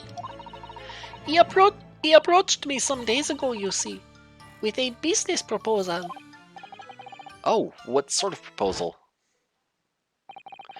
My dear madame, what these sparse exhibits need is the addition of a world-famous great detective. Oh, words to that effect. Naturally, I am well aware that Mr. Sholmes is widely known in London as a talented detective. It's great detective, actually. He's very specific about it. Yes, the creme de la creme, so I was keen to come to some arrangement with him, of course. But sadly, we were unable to agree terms. Let me guess. Someone wanted to charge an exorbitant price for his services? For a mere £500, I will dive into your cauldron of wax this very moment.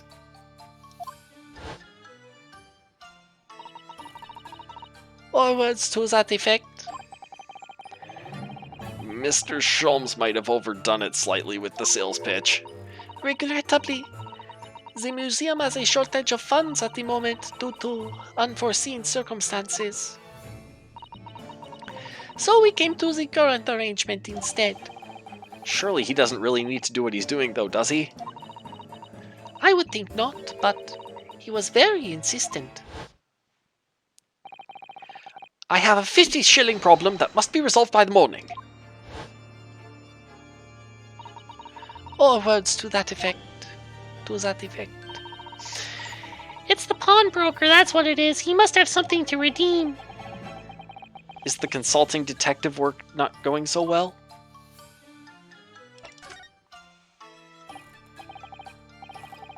I wonder, could I ask you something? Bien sûr. I'm just curious, is anything going on in the museum at the moment? Some kind of incident, perhaps? Whoever suggested such a thing to you? Oh, well, it was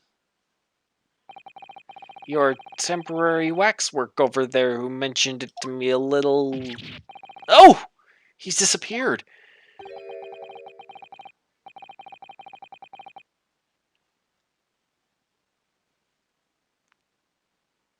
Who's saying this? It might be Tuspels, it might be Sholmes. A wax model is a work of art, not some tawdry object for trade. Ah! Oh, okay, it was you. There you are! A wax model is a work of art, not some tawdry object for trade. There you are! Leaving the exhibit again when you should be working? Do you wish to be melted down? My dear Madame Tuspel, save your reprimands. There are more pressing concerns. The wax can wait. It's our ideas about your current problem we must throw into the melting pot instead. Personally, I would advise you not to involve the police. Why ever not? She's turned as white as a sheet.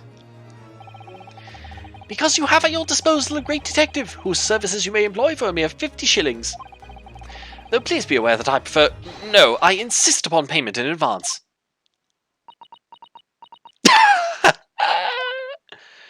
Just splash him.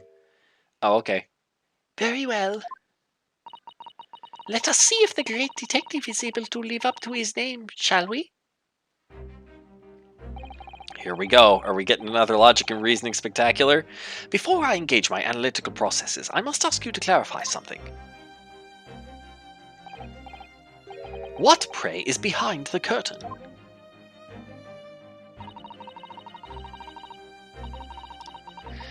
That is the Tuspel special exhibit. There is an extra charge to see it. Ah, the special exhibit in the House of Horrors. It must depict a serial killer then, I presume. Would you be so kind as to draw back the curtain, I wonder? Absolument no! There is nothing amiss behind there. Nothing amiss, madame. What about the arm protruding ominously from under the curtain?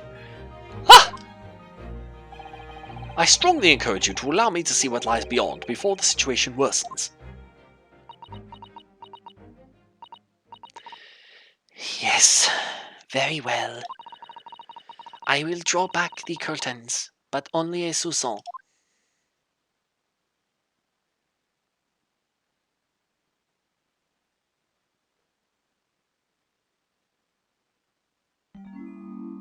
Number 139. What? I must confess, I peeked behind the curtain earlier. The Tuspel special exhibit is a very bleak graveyard scene indeed.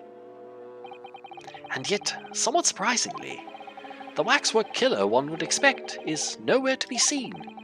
What does strike one, however, is the portly gentleman lying peacefully on his back on the floor. This guy was in a jury before. We've seen this guy before.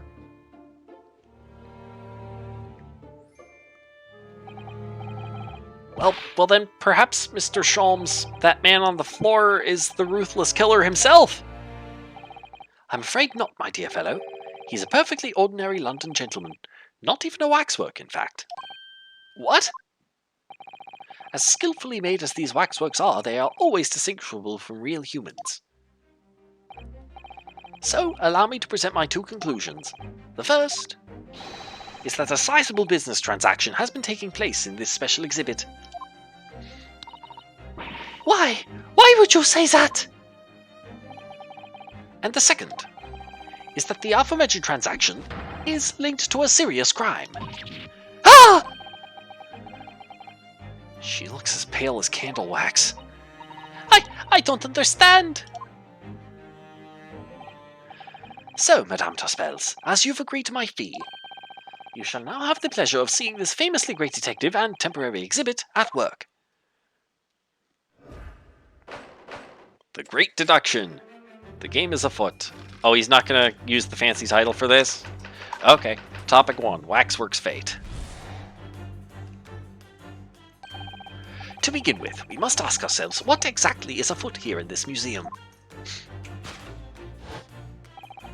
The answer is revealed by the bundle of banknotes protruding so helpfully from your bag. In my estimation, some £200. That is all my own money. So what does this large sum of money reveal? Ah, not as much as the involuntary glance you cast it would seem, Madame Tuspels. Yes, the answer lies where your eyes now fall. The significance of the £200 is revealed by that public notice. The deduction dance, but Sholmes stays completely still the entire time because he's also a wax figure. Is he? No, he's not staying still. Waxwork for sale. Your business has hit hard times, it would seem. In short, you sold to the infamous killer the centerpiece of your special exhibit for the sum of £200. No!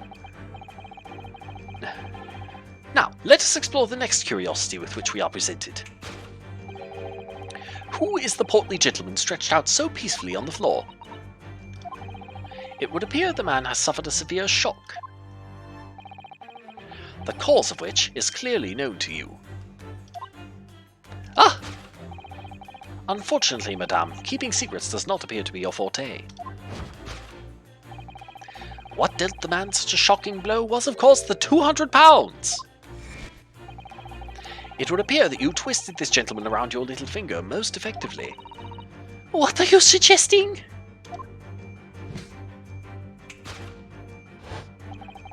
He rashly agreed to purchase the waxwork for the sum of 200 pounds. Only when he came to hand the money over did it occur to him what an extortionate amount he was paying, but the money was no longer in his hands. And the result? The scene we see before us. He collapsed in shock. Yes, the killer in this special exhibit fetched a killer price. This killer in this special exhibit fetched a killer price. We can only pray that the gentleman's dreams are not plagued with regret. Sudden clothing change. Conclusion, sold for cash. Topic 2. Waxwork location. The question that arises then is what has become of the waxwork that changed hands? Let us consider that problem for a moment. You cannot possibly. What immediately strikes me about this conundrum is the young man standing over there. Who is this fellow? To find the answer, we need only observe his neckerchief. Such as is worn by policemen as a secret sign to fellow members of the force that a crime is being perpetrated. Yes, this young man is an undercover policeman currently investigating this museum. Statues available, please inquire. I know him well, in fact. It's Sergeant John Clay. What are you talking about? The man's quite a celebrity. He received triple accolades at last year's Policing Awards. But... Next, we turn our attention to the old man sat before him with the particularly unsightly visage. I've been watching closely and he hasn't moved a muscle, almost in fact, as if he were a waxwork. Ah, but you... Your reaction only confirms my suspicions, madame. I noticed it at once, of course. Observe! The telltale sign that instantly proves whether or not this old man is a waxwork is the obvious price tag. That's where my eyes would have gone to be honest. Threepence? A tragically low price, you might say. Though perhaps the going rate for aging waxworks riddled with cracks.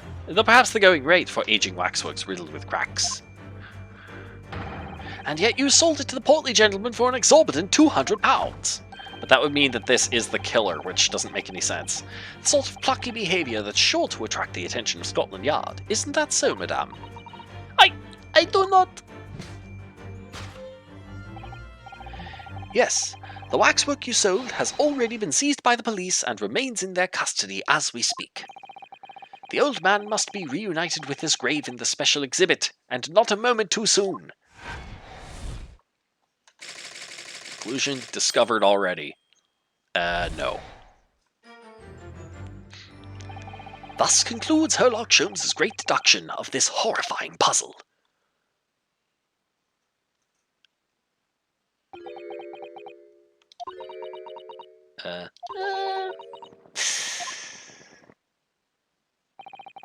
I see I've stunned you all into silence.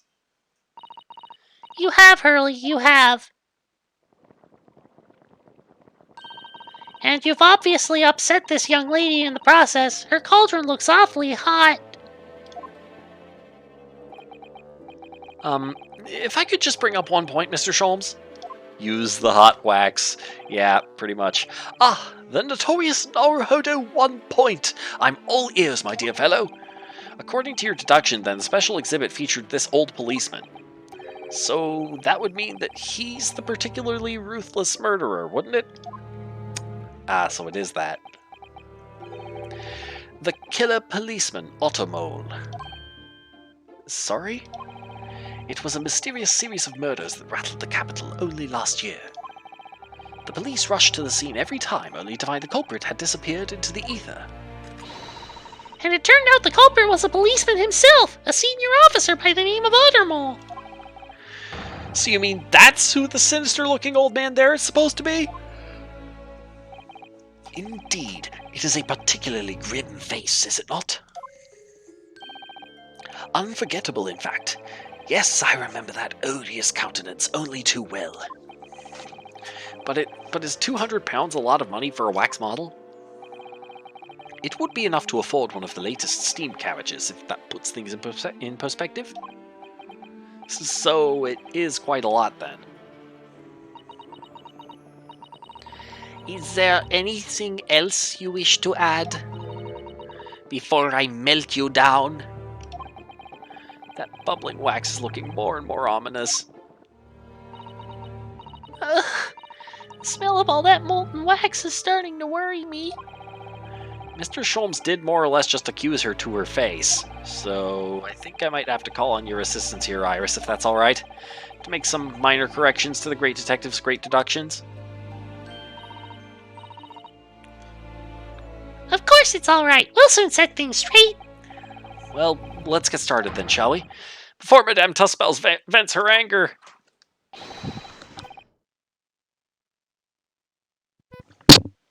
Just what I was waiting to hear, my dear fellow. So, Madame Tuspels, in accordance with our agreement, you shall now have the pleasure of seeing this famously great detective and temporary exhibit at work. Let's try this again. Course correction. Hold it, Mr. Sholmes.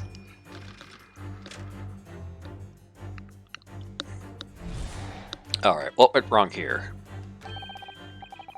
To begin with, we must ask ourselves what exactly is afoot here in this museum. The answer is revealed by the bundle of banknotes protruding so helpfully from your bag. In my estimation, some £200. That is all my own money. So what does this large sum of money reveal? Ah, not as much as the involuntary glance you cast, it would seem, Madame Tuspels. Yes, the answer lies where your eyes now fall. The significance of the £200 is revealed by that public notice. She definitely looked in this direction, it's true. But I'm not sure she'd sell any of her waxworks even for £200. Oh? She must pour her heart and soul into making them, don't you think? Over and above the wax. If it were me, I wouldn't sell them for anything. For that much money, I would. It sounds like that makes me a bad person. The man? Yeah, that's the obvious conclusion here. Well, anyway, I wonder if the £200 could have some other significance. Let's follow that furtive glance again and see if there's anything else that could explain it.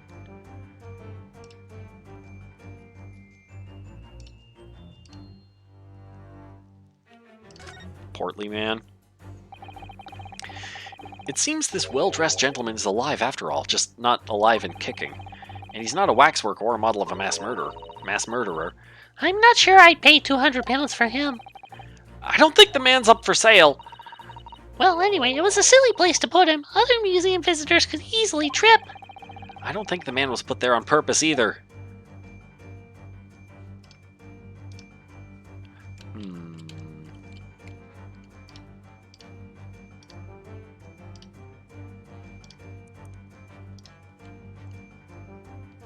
Oh! £200! What's this? What's that note doing pinned on the wall there? Oh yes, let's see. Dear Madame Tuspels, we've taken the prisoner from this room. The price for his safe return is £200. Have the money ready by noon on 23rd October. What? This is... It's just like the sort of thing that's left behind when someone is kidnapped. Yes, it's a ransom note. Exactly.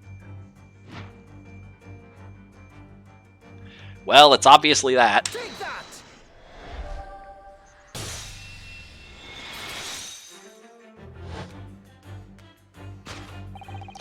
The significance of the £200 is revealed by that ransom note. Quite so, and we must congratulate these criminals on their inventiveness abducting a waxwork. Ah! £200 is no small ransom fee, yet you clearly intend to pay it. The model in question has special importance. So I put together all the money I have. In summary then, the £200 you have in your handbag is ransom money. Now, let us explore the next curiosity with which we are presented. Who is the portly gentleman stretched out so peacefully on the floor? It would appear the man has suffered a severe shock, the cause of which is clearly known to you. Ah! Unfortunately, madame, keeping secrets does not appear to be your forte. What dealt the man such a shocking blow was, of course, the 200 pounds, except no, it was not. So if the waxwork was kidnapped, where does that leave us in terms of who this man is? We can just ask him when he comes round. I think the point of this exercise is to understand the beauty of the deduction process, Iris. Yes, you're right. Hurley's trying so hard. We mustn't let him down. Well, there's little doubt that he suffered a shock, that much seems clear. But in that case, what's Madame Tuspel's trying to hide? Let's have a closer look around. Something that is not visible from the original angle. Long hair braid. What's that? This is a hand, but it looks like it's wax or something. This is just Madame Tuspel's right hand, isn't it? Yes, it must be. I can clearly see her left hand after all.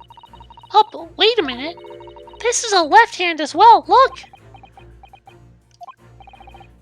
Don't say such creepy things, Iris, please! And it seems very stiff, too. In fact, it's really hard. You mean it's made of wax?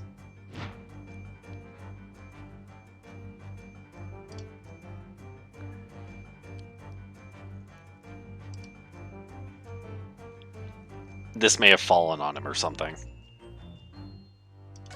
Let's examine it again, just to be sure.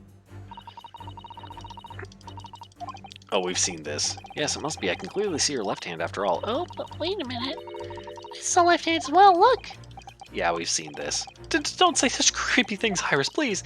And it seems very stiff, too. In fact, it's really hard. You mean it's made of wax? Take that! Well, that sounds like it was right. What dealt the man such a shocking blow was, of course, the waxwork hand. Indeed, with solid waxwork limb, one could deliver a very substantial blow. How could you? The hand protruding from the bottom of your cape. It ought to be a right hand, but closer inspection reveals that, in fact, it's a left hand. Ah! And somewhat masculine as well. In other words, it does not belong to you, madame. It is the hand of a waxwork model. Gah!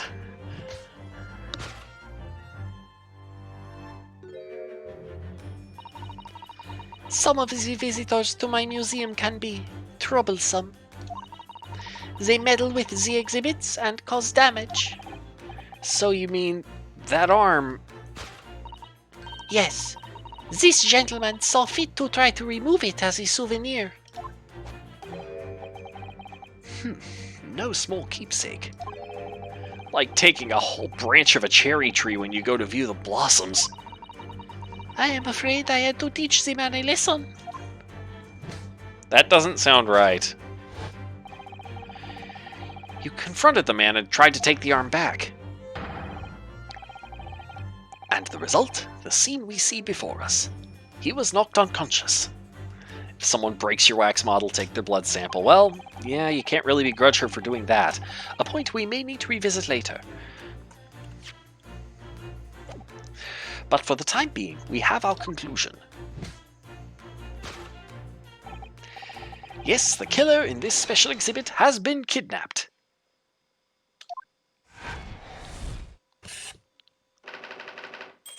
Kidnapped! Oh no!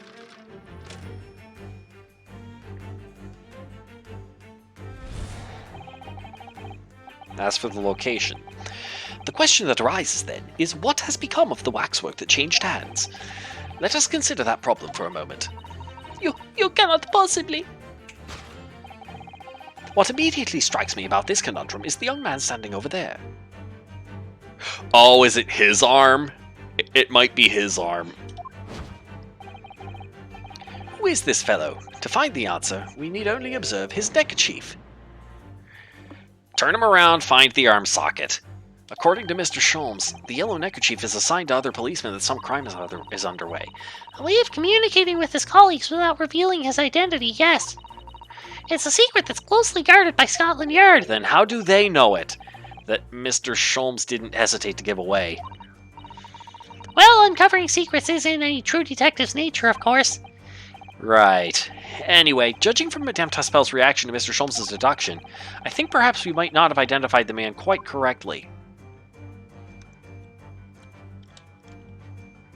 That's what we want right there.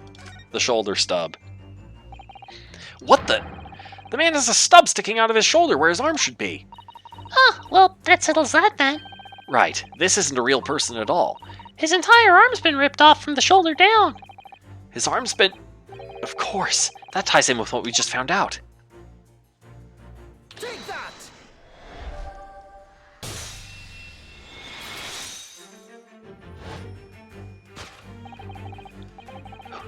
Who is this fellow? To find the answer, we need only observe his shoulder stub. No such boneless human walks this earth. Of that, I can assure you. In other words, the man standing here, the young Sergeant John Clay, is in fact, defying all odds, a waxwork model. I seem to remember it was you who concluded he was a real person in the first place, Mr. Sholmes. He has become quite a celebrity in London, being the winner of no less than 3 policing awards last year. I simply had to make a model of the man. Naturally. What other explanation could there be? And it was this detective's arm that was pulled off by the man on the floor in the special exhibit, wasn't it? Special exhibit, wasn't it? Next, we turn our attention to the old man sat before him with the particularly unsightly visage. I've been watching closely, and he hasn't moved a muscle. Almost, in fact, as if he were waxwork. Ah! But you... Your reaction only confirms my suspicions, madame. I noticed it at once, of course. Observe! Internet isn't having a good time again. Oh no. The telltale sign that instantly proves whether or not... It's the price tag! No, it's not, Sholmes. A killer policeman called Ottermole, was it? Was he well known? It was all over the papers last year, but I can't say I know what he looks like. It's a very low price, though. Threepence isn't much money. Only enough for a few measly hours of gas in Mr. Garrideb's delightful lodgings, in fact. Mr. Garrideb's delightful lodgings. Yeah. So this is the special killer taken from the special exhibit. Is it? The waxwork that... Is it the waxwork that somebody stole from the museum and tried to ransom for £200? Is this crusty old killer policeman Ottermole? Really? Perhaps we should have a good look around again and see if another idea crops up.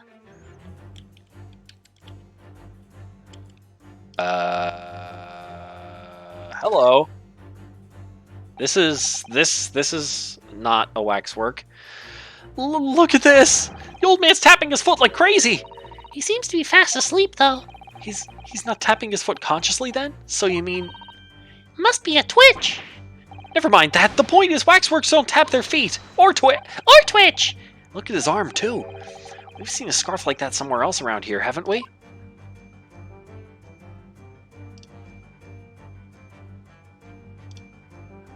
Well, this is conclusive, so...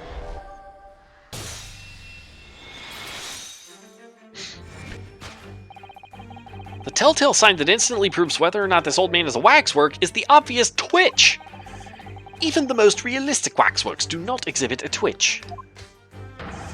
In other words, this splendid old man is in fact a genuine member of Scotland Yard. Slight shift in your choice of adjectives, then. And there you have it. Well, Madame Taspels? Well, what? Sorry. Well, what? It was me who contacted the police and demanded that someone come in the first place. He is clearly fatigued. He is sound asleep. But then, what's this tag about showing a price? What's this tag about showing a price of 3 pence? Is it for the scarf? No doubt the price tag of the muffler which the old Bobby purchased recently at a local market. Yep. And I presume you've observed the scarf tied around his arm. Does that not strike you, Mr. Naruhodo? Yes, the secret sign used by detectives to show that some criminal activity is currently underway. Of course, because, as you know, there has been just such criminal activity happening here. As you deduced from the very beginning, Detective. So, it would seem that we finally arrive at the truth.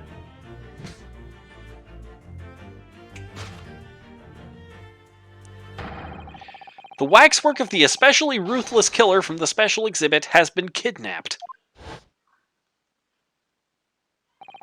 And Scotland Yard are already investigating. But the model's whereabouts remain a mystery. Thus concludes Herlock Sholmes' great deduction of this horrifying puzzle. Still a mystery. Solved. Deduction complete. Elementary.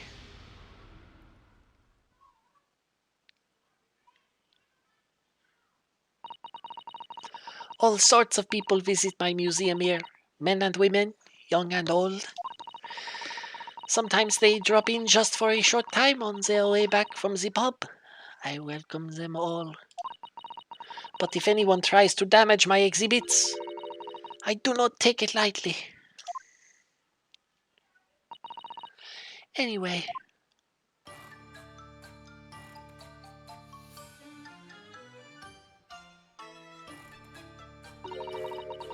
Your great deduction was even more enchanting than I had been led to believe. It was a pleasure, my dear madame.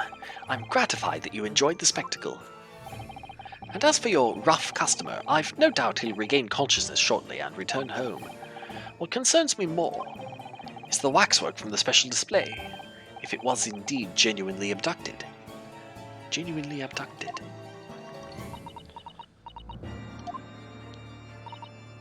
Yes, tragically it was. Then I would ask you to recount to us the events surrounding the stolen waxwork, in as much detail as possible, if you please. Very well. But after I have told you what I know, I must insist that you return to your work.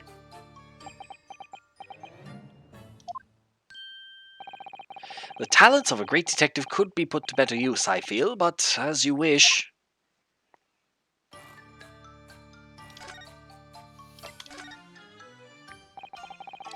Tell us more about the stolen waxwork, please.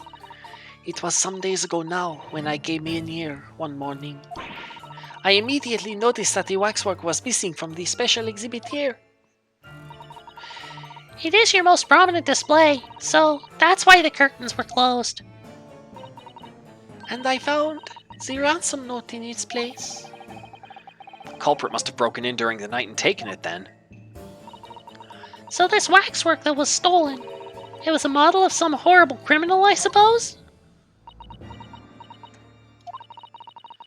Of a particularly horrible criminal, in fact.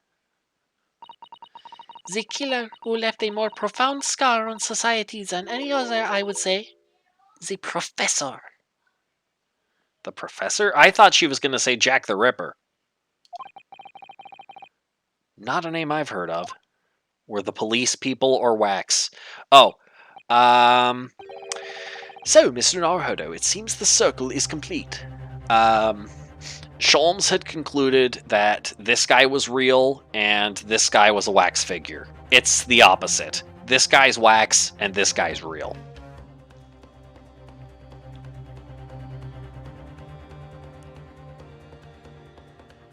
So, Mr. Naruhodo, it seems the circle is complete. Sorry? The Professor case happened at around the time I was born, didn't it? Indeed it did, Iris. 10 years ago, a series of murders that rocked the capital. 10 years ago? Yes. At exactly the time that Barak van Zieks graduated from university, in fact. What? Surely he's not saying... So the big event that changed Mr. Reaper's life?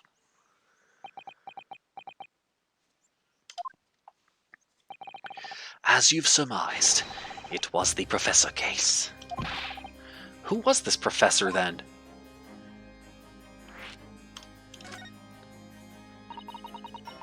It was a series of gruesome murders that had all of London gripped in terror a decade ago. After 5 victims were killed, the man was arrested and put to death. And now he's immortalized here in wax for all Londoners to admire and enjoy. Though, of course, he happens to be absent at present on account of the abduction. But I don't understand. How is all this related to Lord Van Zeeks? You must first understand, my dear fellow, why it is that the Professor earned such infamy. This beat does slap red. It was due to the victims he chose, some of Whitehall's finest. What do you mean, Hurley? Those murdered by the Professor were some of the highest members of the British aristocracy. Members of the nobility, even royalty. It sent shockwaves through the country's administration. Oh, did the Professor kill his parents? Members of the... Ah! Wait, of course! What Professor Harebrained said! Lord Van Zeek's from a family with noble blood! Oh gosh! It was the 5th victim that led to the Professor's arrest. The last of the killer's prey was a young noble by the name of... Clint Van Zeeks. So his father? No! I don't believe it! Van Zeeks? I'm sure you can piece together the rest for yourself. In the wake of his older it was his older brother, okay. In the wake of his older brother's murder, the young Baroque pursued a career as a prosecutor. And eventually became the Reaper we know today. That's chilling. Like, I'm actually getting chills from this. That's not very common on these streams. I had no idea Lord Van Zeeks had such a tragic past. Well, I'm afraid that's all I can say on the matter. For the time being, at least. After all, I have work to do. As a waxwork exhibit.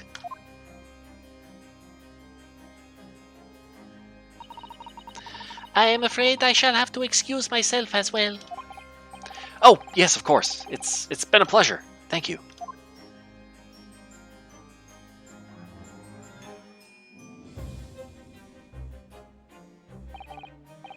Well, none of the predicted scenarios I've been analyzing involved...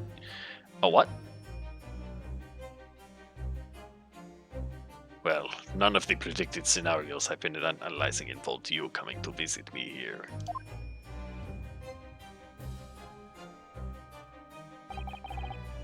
Oh! Oh, it's you talking. Okay. Well, none of the predicted scenarios I've been analyzing involved you coming to visit me here. It's been too long, it really has. I'm delighted to see you, Baroque. It's been 10 years, and here we are, meeting in a prison of all places. I can't forgive myself for what happened to Mr. Hussman. I just can't. I still can't believe it could happen. Tomorrow, the court will decide. Yes. I have a young Eastern man acting for my defense. He seems reliable enough, though. It was an accident. A terrible accident. He assures me he can prove it. I must warn you. Oh, I know. I've heard already. You're going to be prosecuting, aren't you? Yes. Since I returned to England, I've heard lots of stories. Baroque, are you really? What? Never mind. I know that you have my best interests at heart. My friend is on trial. I wouldn't entrust it to anybody else. Of course, I fully understand. Thank you, Baroque. Until tomorrow, then. I'll see you in court. Wait, so what's going to happen here? Isn't it Van Zeeks' job to get the guy charged with murder? How is this going to play out? And what really sucks is that we're actually we're at the end of my time here. So I guess we'll just have to leave. We'll just have to leave on that cliffhanger.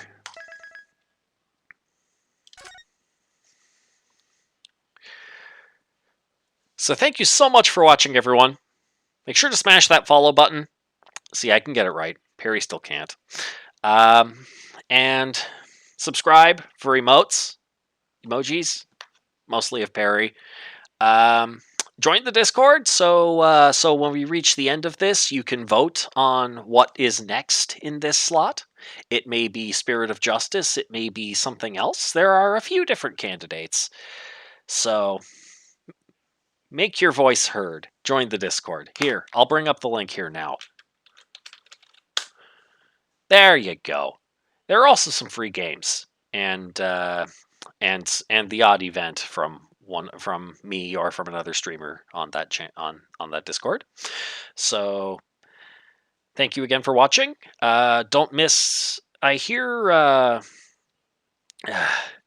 Perry's reaching an unexpected conclusion on Thursday night about the whole Koholint affair. So don't miss that, and don't miss the rest of this case a week from today either. So thank you again for watching, and I'll see if anyone. I'll see if there's anyone to raid. Hang on.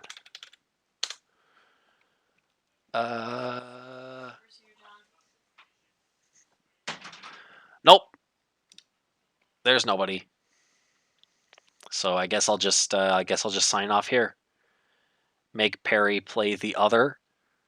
I'm not sure what you mean by that. Oh, you mean you want Perry to play through Spirit of Justice? That might be interesting. You'll have to discuss that on the server and see if you can get some traction among the other among the rest of the comrades. So anyway, I have just been told that supper is ready, so I really do have to sign off now. So thank you again for watching, and till next time, comrades.